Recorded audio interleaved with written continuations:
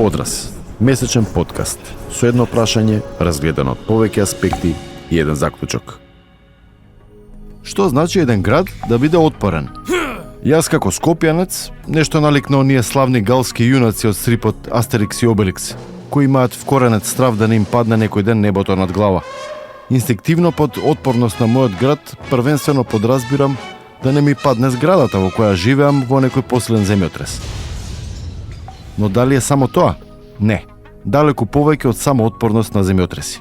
За овој поим последните години на големо се дискутирани светот, па често се користи и кај нас. Од 2019 година имаме и стратегија за отпорно Скопје и неколку студии кои истражуваат посебни сегменти од оваа тема. Но за точно да прецизираме што подразбира отпорност на еден град и што тоа подразбира во контекстот на Скопје, разговараме со двајца соговорници кои засебно се бават со одделни сегменти на проблемот. Со Кирил Арсовски-Пржо, еколог и професор по биологија, кој периодов работи на европскиот проект кој се вика UpSurge, во кој повеќе од 20 научни институции и установи од Белфаст, Катовице, Марибор, Будимпешта и многу други градови во Европа, вклучително и Институтот за комуникацијски студии од Скопје, работат на дефинирање на природни решенија, односно решенија инспирирани од природата, за зголемување на отпорноста на градовите. И со Ива Петрунова, архитект и урбан социолог, со која зборуваме околу архитектонските и урбанистичките аспекти на отпорноста. Тој концепт на отпорни градови всушност представа концепт на отпорни урбани екосистеми. Ние сведочиме дека во последните 30 години е се поголема миграцијата на луѓе кои одат од руралните населени места во градовите. Сега, тој проблем може да се гледа од аспект на антропологија, социологија, локална економија, развој на државата, но ако се гледа од аспект исклучиво на животна средина, заштита на животна средина, ние треба да гледаме што се случува со градот како екосистем. Значи, тој голем инфлукс на луѓе, зголемување на популацијата, именување на демографијата, како влијае тоа во градот од аспект на животна средина. Тоа настан. Од аспект на биологија, тоа е прашањето што треба да се разгледува. И ние веќе имаме сведочење дека скоро секој 7-8 жител на оваа планета е урбан жител, односно живее во град. И веќе ние немаме тој концепт на градови и рурални средини што ги поддржуваат градовите, туку станува збор за мегаполиси. Сега, кога се каже отпорен град, се мисли на град кој е отпорен на климатските промени и антрополошките притисоци што ги добива градот поради самото живење на човекот во нив. Градовите како градови се една форма на екосистем, урбан екосистем, кој подразбираат присуство на човечки градби, на големо присуство на автохтони и неавтохтони видови, значи инвазивни видови, средина која е многу менувана текот на човекот историски, значи тоа значи дека фокално менувана, е мал простор, постојано се менувал, постојано се надоградувал. Почвите се неприродни почви, така речени техносоли, тоа представуваат почви кои се полни со загадувачки материи, со бетон, со пластика, со метали и така натаму. Значи збориме, збор за отпорен град, збориме град како екосистем кој може биде отпорен да го заштити животот на граѓаните од овие промени, најчесто зборуваме збор за топлина, сончевина, изолација на сончева енергија и така натаму, да го заштити животот на граѓаните, но и на сите други жители.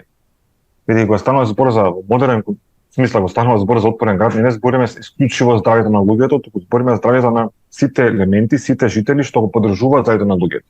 Всушност, отпорен град значи град кој ќе биде отпорен на сите предизвици со кои би се соочил низ текот на времето. И сега е многу актуелен термин. Отпорен е многу актуелен термин, меѓутоа градовите низ историјата се правени за да траат. Така што некако историскиот развој на градовите подразбира дека тие треба да се отпорни. Иако денеска нели самиот термин и самиот моментален тренд на отпорни градови најмногу се подразбира отпорни против климатските промени. И сега климатските промени бидејќи зафаќаат еден широк опсек на ефекти кои би се случиле во градовите, не е само топлина, можеби големи дождови, поплави, суши, кои носат понатака еден куп други предизвици, значи подразбира соочување со сите проблеми кои може да се случат низ историјата во градот. И сега, до сега Скопје си има покажано како отпорен град, бидејќи има многу долга историја. Има претрпено поплави, земјотреси, војни, палења, еден куп неприлики и си уште постои. Отпорен или упорен? Па не знаеме, тоа е нели тенка границата, меѓутоа очигледно има некои квалитети на кои повторно, без разлика што и да се случи, луѓето повторно се враќаат тука да живеат. Сега од нас зависи како ние тоа ќе го продолжиме и со сегашниот урбанизам како тоа што се случува, мислам дека одиме во многу погрешна и во многу лоша насока, бидејќи од ден на ден Скопје станува се понаотпорна и понаотпорна. Значи, ако разгледуваме од страна на проблемот, дел од неотпорноста на градот се и многу урбанистички планови во кои не одговараат податоците во делот, например, на заштитата и спасувањето. Еве еден пример. Планот за старата железничка станица во делот на заштитата од урнатини при земјотреси вели дека градбите се со висина од 10 метри. А вистината е дека таму скоро и да нема објект со таква висина, односно сите објекти се многу повисоки, а некои се и по 70 метри.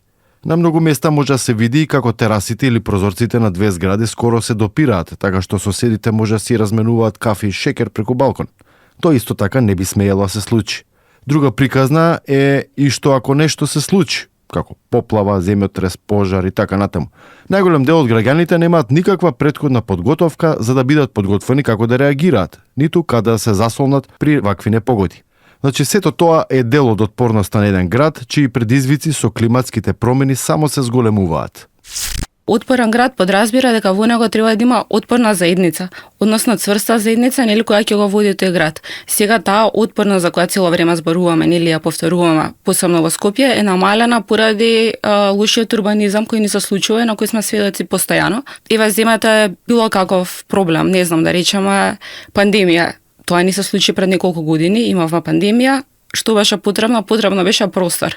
Потребни беа паркови, зеленила. И мислам дека зеленилото во градот ја прави на некој начин и отпорноста на градот, бидејќи е алатка која се бори со многу непријатности кои би се случиле. Значи, за тек на пандемија може да прошетате, да се рекреирате, ги намалува менталните болести кај граѓаните, значи позитивно влијае на целата наша состојба. Потоа за време на земјотреси се бара празно место за да се излезе. Никој не седи во зграда или во мол или во нешто слично. За време на многу топло лето повторно се бараат паркови за рекреација. Така што еден од главните сегменти за отпорноста... Тоа може сега го видиме, никој не паркира на сонце. Никој не паркира. Не сака. Дури и за автомобилите сака да ги паркираат под сенка. Има многу голема разлика кога се движите на сонце и кога се движите под дрворед. Многу се големи тие температурни разлики. Посебно ако станува збор за топлотен остров. Поплавите, кога врне дожд, значи водата се упива во земјата за потоа да понира во подземните води. Доколку себе тонизираме повторно за време на големи врнежи ќе ни се создарат на поплави, кои повторно се една голема неприлика за градовите и создаваат една вонредна ситуација. Така што оваа отпорност мора да се анализира со повеќе аспекти, меѓутоа основно е да се има соодветна градска инфраструктура.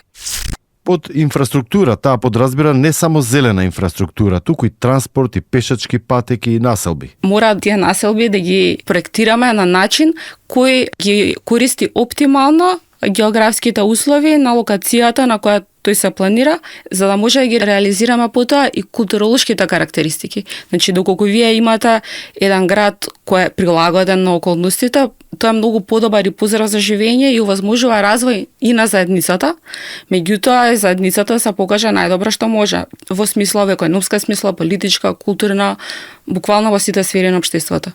Загадувањето е исто така дел од приказната на отпорноста на еден град, со енормното загадување на воздухот кој ги разболува жителите на Скопје и поради кое се менуваат животните рутини на луѓето. Тоа е пример за спротивното. Истото се случува и во лето, но тогаш поради екстремна жештина. Делови од градот се претвораат во топлотни острови, на кои температурата достигнува и до 60 целзиусови степени. Тогаш постои опасност од дехидратација, топлотни удари, мозочни удари, изгореници и ред други последици. Тука е и отпорноста на загадување. Значи, Скопје има загаден воздух. Тоа веднаш го става на листата на неотпорни градови, бидејќи има ризици, односно сите се соочуваме со здравствени ризици кои воздушното загадување ги носи, потоа имаме светлинско загадување која воопшто како тема не се ни споминува кај нас. Имаме бучно загадување, посебно во летниот период од многуте кафулиња, дискотеки. Сега да не ме сваќате погрешно, не велам дека не треба да има забава, меѓутоа тоа мора некако да се регулира за сите граѓани да можат да бидат задоволни и да бидат безбедни пред се во градот во кој живеат. Од сите овие причини архитектката Ива вели дека и е се потешко да биде оптимист кога е во прашање Скопје, но Кирил дополнува дека тука проблемот е отиден подалеку. Во самиот збор за Скопје, веќе не збориме за подобрување на квалитет, него не збориме веќе за јавна безбедност. Значи ние веќе гледаме дека тие потенцијални зелени решенија веќе не би биле само разубавување на градот, за зеленување на градот, туку буквално тие представуваат фактори за јавна безбедност. Бидејќи ако вие годишно илјадници луѓе во Скопје умират од загадување, веќе не станува збор за активизам или за желба за подобро утре, туку станува збор за директна безбедност. Замислете, ако 1000 луѓе беа убиени од терористи само во Скопје, немаше да седиме да чекаме нешто да се промени, туку веднаш имавме за реакција. Таква слична реакција имаме потреба од сега, таа реакција нема. И сега доаѓа прашањето, што може да се направи сега во Скопје во овој момент. Најголемата болка во тие природни решенија што мора да се направени по мерка, односно tailor-made. Секој град има своји потреби, тие потреби треба да се истражат и тие промени се вметнат. Проблемот со овие урбани екосистеми е што ние често нив ги доведуваме во шах позиција, каде што има многу малку простор за маневра. Така е примерот со Скопје. Во Скопје има се помалку и помалку реални опции и покрај сета политичка волја да имаме во некој идно време и неограничен број на ресурси, огромни фондови на пари, сепак веќе Скопје се наоѓа во шах позиција пошто нема веќе многу простор за маневар да се подобри статусот на градот. И често велат, па добро во Скопје го имаме водно, имаме градски парк, имаме газово, што повеќе ни треба. Тоа е проблемот, што ние кога ќе правиме истражувања, гледаме каде се најголемите проблематични точки во Скопје, од аспект на пример Жешки точки или Жешки острова, тоа се простори во градови каде што во лето со време на топлотни бланови температура на површината е над 50 степени, 55 степени, што е една форма на рерна. Таму немаме незелениво. Таму не е водно. Значи автоматски водно, градски парк, газиба, што пак се многу малку зелени површини на тоа колку луѓе живеат во Скопје, не се лек за тој проблем. Но што ни останува како решение за да се подобри она што може да се подобри? Upsurge проектот на кој работи Арсовски за решенијата инспирирани од природата поставува неколку основни начала како да се зголеми отпорноста на секој град. Политиката да се заснова на докази, во одлуките да бидат вклучени сите, и научниците, и администрацијата, и граѓаните. Да се направи баланс за користењето на ограничениот простор меѓу економските потреби и јавните потреби како зелена инфраструктура. Да се искористи знаењето на локалните архитекти, урбанисти и инженери при изработка на инфраструктурата. А во поглед на конкретните мерки за Петрунова од гледна точка на архитект, прво што треба да се направи е да се запре масовното продуцирање на, како што вели, неквалитетен стамбен простор. Цел тој фокус кој се случува сега во градежништвото да се направи пресврт да се фокусира на градење на инфраструктура за да се задоволат потребите, односно градење на подобри организирање на подобар јавен превоз, организирање на подобри пешачки патеки, бидејќи нели отпорноста на градот мора да значи дека тој треба да има брзи сообраќајници во смисла нели не автомобилски брзи сообраќајници, туку протечно движење. Значи да не сидите вие во кола 40 минути, посебно нели во топло иако имате клима на сонце, туку да може брзо да влезате и да излезате во градот и брзо да стигнете од една до друга точка. Исто така мора да се размисли што се случува со предградијата. Тие обично не се спомнуваат, меѓутоа све е сконцентрирано. Фокусот е во центарот. Општини, центри, да, посебно во центарот на градот. Најскап квадратот, да, всушност тоа е проблемот. Нашето општество кое ние живееме сега конзумеристичко и ние сите наши вредности во животот ги третираме на тој начин. Односно таа нели конзумеристичка парадигма. И многу е тажно бидејќи просторот е ограничен ресурс и е траен ресурс кој треба да го ставиме за идните генерации. Меѓутоа ние просторот прво не го сметаме за потрошувачка материја, односно ресурс кој го трошиме. И имаме однос кон просторот преку тој конзумеристички начин, односно градиме чисто од профит и ни го земаме зраво за готово, не размислуваме за утре. Тоа што прво треба да се направи е да се решат овие инфраструктурни проблеми и да се намали домувањето. Првата идеја е дека многу е полесно се направи некое решение инспирирано од природата, доколку е влезено во коровите документи на градот. Дали е генерален, дали е детален урбанистички план. Значи од старт да се знае дека таму некое место кај што се предвидува дека има некој парк, некоја шума, што ќе даде сите придонеси. Бидејќи тие зелени решенија даваат поголема сенка, значи големот градот, задржуваат повеќе вода, обезбедуваат дом за другите видови кои живеат во тие градови, значи биолошката разновидност. Понатаму тие се место каде што луѓето рекреираат, се социализираат.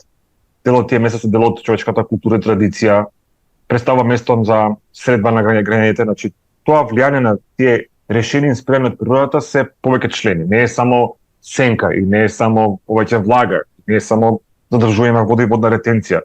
туку има нешто повеќе од тоа. И ние имаме докази како мали простори туди на зеленило, на вегетација, поставени во право место, на право време, значајно предонесуваат кон подобрување на квалитет на животот на градот. Покрај градот во негова близина мора да има и вистинска природа, на брз начин да може да се излезе од градот и да се дојде во природата. Но со ширењето на предградијата, таа исто така е намалена. Во градот мора да останат површини кои ќе бидат земја. Значи, кога зборуваме за оваа зелена инфраструктура, супер е да имаме ние кровни градини, меѓутоа тоа не го заменува вистинското зеленило. Вистинско зеленило е земја, возрасни дрва, соодветно посадени или според видот кој успева на тоа поднебје. Кога зборуваме за топлински острови, тие му треба да се ублажат со организирање на подобар сообраќај, на тој начин што нели сите тие големи асфалтни површини на никој начин би се замениле со зеленило. Сега, тука може би сообраќајните ленти би се намалиле, меѓутоа доколку целата сообраќајна инфраструктура е подобра, има јавен превоз, на тој начин нели не би било проблем. И сега во светот се стремат кон намалување на коловозните ленти, додека ние ги зголемуваме, со цел да се поттикне пешачкото движење и да се поттикне користењето на јавен превоз. Значи, она што на Скопје му недостига е вистински добар јавен превоз и на вистина безбедна и добра пешачка инфраструктура, бидејќи Скопје не е многу голем град, па за 15 минути и може да испешачите во текот на денот. Покрај тоа што е препорачливо и од докторите и е здрава за нашето здравје.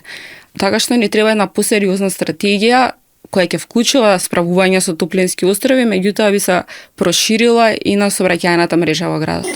Арсовски објаснува дека урбаните решенија инспирирани од природата се комплексни и наменети за локации кои се динамични, со многу движење, кои се градски јадра и се многу потешки за решавање отколку руралните средини, например. За почеток, според него, треба да се пристапи кон конзервација на она што го имаме, односно да се заштити она зеленило што е останато. Тоа е многу поевтино, полесно и попрактично да се задржи и одржува, отколку да се прават преоптимистички планови за идно зеленило и вегетација кои се тешко изводливи и тешко ќе се одржуваат. За нашиот град има и стратегија за климатските промени која се вика Отпорно Скопје, но за неа во поголем дел нема некој напредок. Има и цела студија во која се идентификувани топлотни острови, односно оние локации на кои поради отсуството на вегетација топлината во лето се акумулира и потоа дополнително го загрева градот. Од неа беа селектирани 9 најкритични вакви острови, претежно во центарот на Скопје, на кои поради отсуството на зеленило и целосната покриеност со асфалт и бетон, во лето се развиваат температури меѓу 55 и 60 целзиусови степени. Меѓу нив се дел од најфреквентните градски крстосници, како онаа кај зградата на Нова Македонија, кај Црвен крст, кај Хотел Карпош, кај Универзална сала и други. Сепак и покрај тоа што од тогаш поминаа 5 години, локациите се уште се исти, без никаква интервенција на нив. Дополнително, ако се погледнат пак урбанистичките планови околу некој од нив, се предвидува не само зголемување на зеленилото, туку баш обратното, проширување на сообраќајници и уништување на преостанатите паркови. Дури да е уште пострашно во Скопје, на таа градска мапа, на таа урбана топлинска мапа, на оние места каде што историски имало жешки точки, да ме се направи нешто се спречи, ние правиме уште поголеми жешки точки. Така. Значи, една од тие жешки точки беше таа мала индустријска зона што е од Железара, Пивара, Улит, значи во автокоманда. Значи, од автокоманда до границата на автокоманда со општина Аеродром, тој район беше многу жешка точка поради фабрики, големи лимови кровови, урбанизираност, значи историска урбанизираност, од сега Скопски сајм така натаму. И тука на тоа место каде што се повеќе луѓе живеат поради развојот на градот, наместо се издействува, се направи некое урбано решение што ќе го лади без Скопје, што ќе овозможи подобар живот на сите, таму направивме ние огромен мол. Да. Што само с големи топлината која таму се акумулира. Така. А не само тоа, него тоа не влијае само на жителите во автокоманда, значи тоа влијае на жителите и на Аеродром, влијае на жителите и на Чаир, и на Гази Баба, разбирате, тоа се шири. Тоа велам дека пред да се направи било кој решение, потребно истражување, но е да не испадне дека само се сведува на филозофија и на компаративни анализи. Реалната состојба кажува дека секоја одлука за зеленување на Скопје сама по себе представува целосна на нова политичка програма. Тој смета дека мора да се почне да се користи подземјото на градот за изградба на инфраструктура како улици, а горниот слој да биде оној кој ќе разладува. Значи, Скопје има подземје што е потполно неискористено. Рече, нема никакви подземни јавни простори во Скопје, меѓу кои и подземни јавни делници. Значи, поставени на тие делници под површина на земјата, а од озгора поставување на зелена бафер зона е еден од начините кој може да се реши. Такво нешто беше планирано делумно со новиот Diamond Center Hall Cross Mall во близина на таа жешка точка и не знаеме дека тоа нема да се случи. Значи, видите повторно, значи, една од најжешки точки во центарот на Скопје, на таа раскрсница, што се случи, се направи уште поголема бетонско чудовиште. Прво, жители на тоа место нема да имаат убав живот, значи тие ќе живеат постојано изложени на топлина на сонце, што тоа не е лагоден начин на живење. Повторно, збориме, не сме ние дел од Арапскиот полуостров, не сме ние во Централна Африка, значи сепак нашата клима не е таква, таа клима што се менува. И дополнително тоа влијае на сите околни жители, и сервиси, и работни места, канцеларии. Тоа делување е повеќе крат. Да. И дополнително дека тоа струјање на топол воздух од градското јадро, тоа по инерција и по физиката на струјање на таа топлотна маса се расширува низ цело Скопје. Че тоа буквално кога имате отворена рерна. Не е дека тоа само тука влијае најмногу, тој воздух циркулира со движење на локални ветришта, со движење на автомобилите, таа топлотна енергија, таа топлина се разнесува низ целиот град. Друг проблем според него е и тоа што локалните самоуправи и кога поставуваат нови зелени површини не ја консултираат локалната заедница. Така се доаѓа до она што сега е доста популарно, како зелени кровови за кои ниту Кирил ниту Ива не сметаат дека можат да ги надоместат изгубените зелени јавни површини. А ние знаеме од предни истражувања во Европа дека главен фактор за успешност поставување на зелено решение, пак кажам било кое зелено решение, е вклученост на јавноста во кодизајн, значи во кокреирање и во дури во случаи управување на тоа зеленило. Ама тоа многу тешко се направи во Скопје, да речеме добро, тоа ќе направиме во Скопје, тешко е пошто ние имаме во Скопје населби и локални заедници кои постојано се менуваат. Но се зголемуваат, се менуваат. И некојаш имало мало со куќи, сега има огромни згради со луѓе кои меѓу себе не се познаваат. И најголемата болка е дека сите овие решенија се многу скапи решенија. Чинат многу пари, многу повеќе од нешто може да замисли. Сега, например, претходните градски власти во Скопје се фалеа со зелен кров, то знаеме дека е скапа инвестиција и апсолутно нема никаква еколошка од аспект на заштита вредност во Скопје. Поради климатските технолошки карактеристики на Скопје, во Скопје зелени кровови не би можело да функционира. Например, тоа е многу често што се спорува, значи видите нова зграда, рендер и зелен кров. Да. Зелените кровови се неодржливо решение во Скопје. Скопје е град што е право котлина. Ние според Копреловата скала Скопје влегува според температурните карактеристики влегува во субтропска клима. Че треба да забораваме дека Скопје не е континентална клима, Скопје не е Берлин. Скопје апсолутно е субтропски град според климата. И сега во субтропски град, де што има на отворена површина со огромна инсолација, значи огромно зрачење, изложеност на сончева енергија, идејата си да зима зелени кровови во градот кај што онака висока температурата не е одржливо решение. Прво, тој зелен кров нема да функционира. Второ, да функционира треба многу вода. Ако има многу вода, значи многу троши енергија, автоматски не е одржлив. Да. Значи, ГТЦ зелен кров нема никаква функција, освен некоја можеби социјална естетска, пошто пак збориме за жардинјери, за такси, за туи. Буквално, тој не е зелен кров, туку е тераса со богата хортикултурна понуда, да речеме. Впечатокот од дискусиите и од истражувањата е дека изложеноста на еден град на разни ризици во голема мера се должи на прекумерниот развој, односно градот станува онолку неотпорен и ризичен во онаа мера кога што сте избркале, односно исчистиле природата од него. Затоа и решенијата кои ги спомнуваат двајцата соговорници, но и студиите за отпорно Скопје и за Топлинските острови содржат мноштво од она што се нарекува решенија базирани на природата. Или многу поедноставно. Под отпорен град се подразбира оној град во кој неговите жители се чувствуваат комотно, пријатно и безбедно во текот на целата година. А нашиот сега таков не е.